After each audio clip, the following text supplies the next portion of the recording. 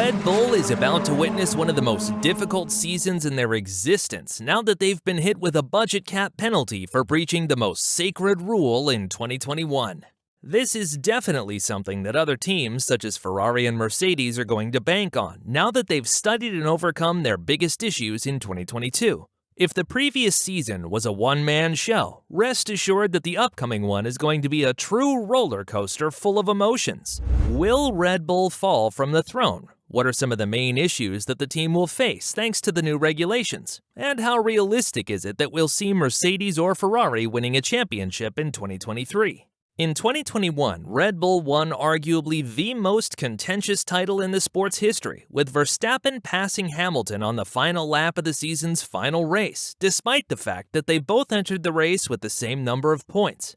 It seems like karma had other plans for the Austrian team, and after they were found guilty of breaching the budget cap in 2021, the most sacred rule of the sport, an appropriate penalty was handed out to them.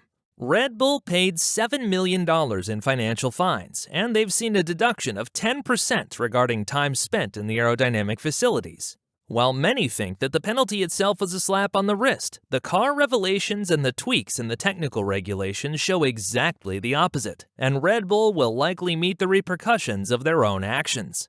To add salt to the wound, Red Bull will receive a 5% reduction in time spent in aerodynamic facilities because they won the Constructors' Championship after finishing second in 2021. That way, Red Bull will have 15% less time to spend in these facilities compared to Ferrari, and around 20% less compared to Mercedes. Meaning that with the new regulations and the fact that the cars are now lifted 10 millimeters in the floor section and 15 millimeters in the side section, Red Bull's competition has gotten even fiercer. What does Horner have to say about the penalty? Obviously, we've heard a lot of statements from the Brit saying that his team is the one that's been bullied into this, and the rivals should actually apologize for treating Red Bull the way they did.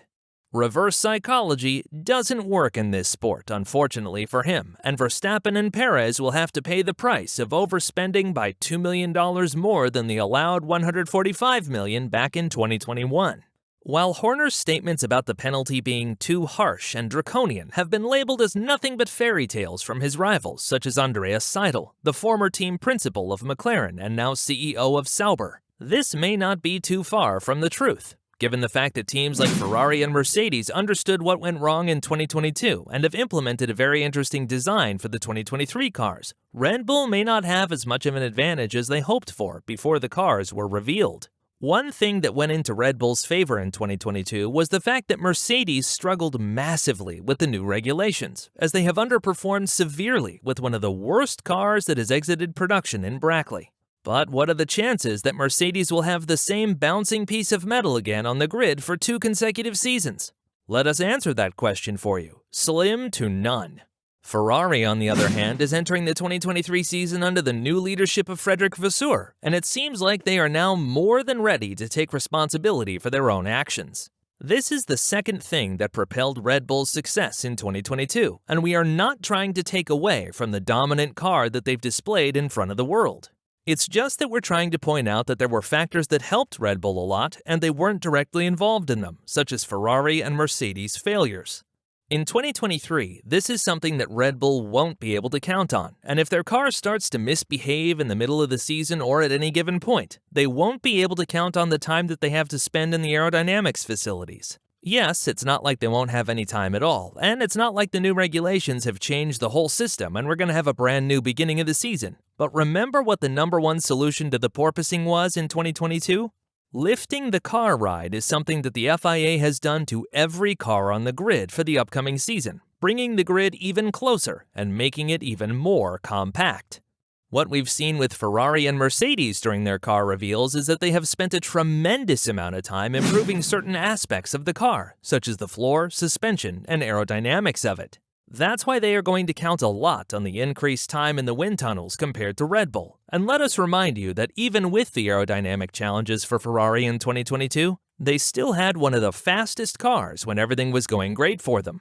That's why the Maranello team was called the porpoising genius, given the fact that Leclerc won the Australian GP while his car was all over the place with the bouncing. The fact that they have stopped developing their car after the first half of the season just goes to show that they have to put all of their effort and their funds into the upcoming season. And Red Bull, do we have news for you? The upcoming season has arrived.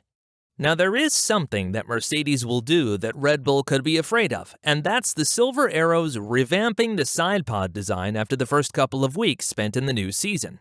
This is obviously something luxurious, given the fact that Mercedes can allow a bit of extra time in the wind tunnel facilities and the CFD factories, and they are planning on utilizing every single second and every single run that they have allowed in there.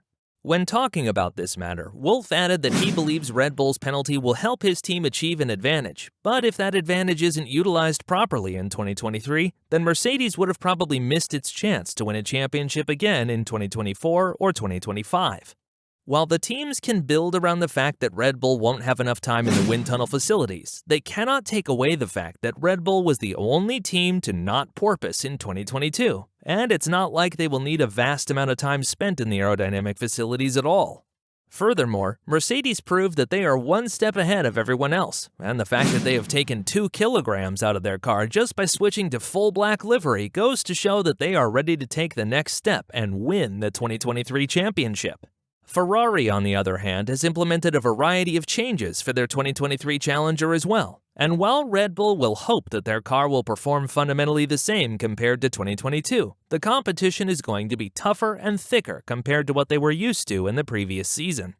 Another thing that may not go very well in Red Bull's favor, something that started to develop in 2022, is the performance of Perez and his overall behavior. He was yet again reminded where his place is in the Austrian team after the Brazil GP fiasco.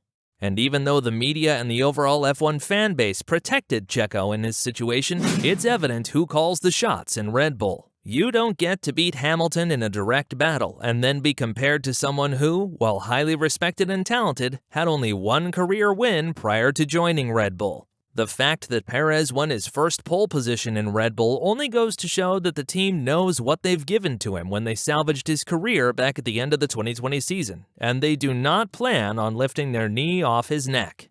However, Perez didn't come this far in his career to just blindly obey rules, and when talking about the 2023 season, he said that he has the same championship ambitions as he had at the beginning of the 2022 season as well. Horner has tried to downplay the chances of Perez winning a championship, given the fact that he has to go against Verstappen, a generational talent, as his teammate. But if there is one driver that won't give up pursuing what he believes is rightfully his, that is Sergio Perez. With that being said, Red Bull will have a very tough job defending both championships in 2022, and Verstappen will be presented with probably one of the hardest challenges of his career after the 2021 season. The Austrian team has a lot of difficulties ahead of them, and time will tell whether the budget cap breach penalty has hindered Red Bull's championship chances. What do you think about the budget cap breach penalty? Do you think that it was too harsh, or that it was more than deserved? Let us know in the comments below.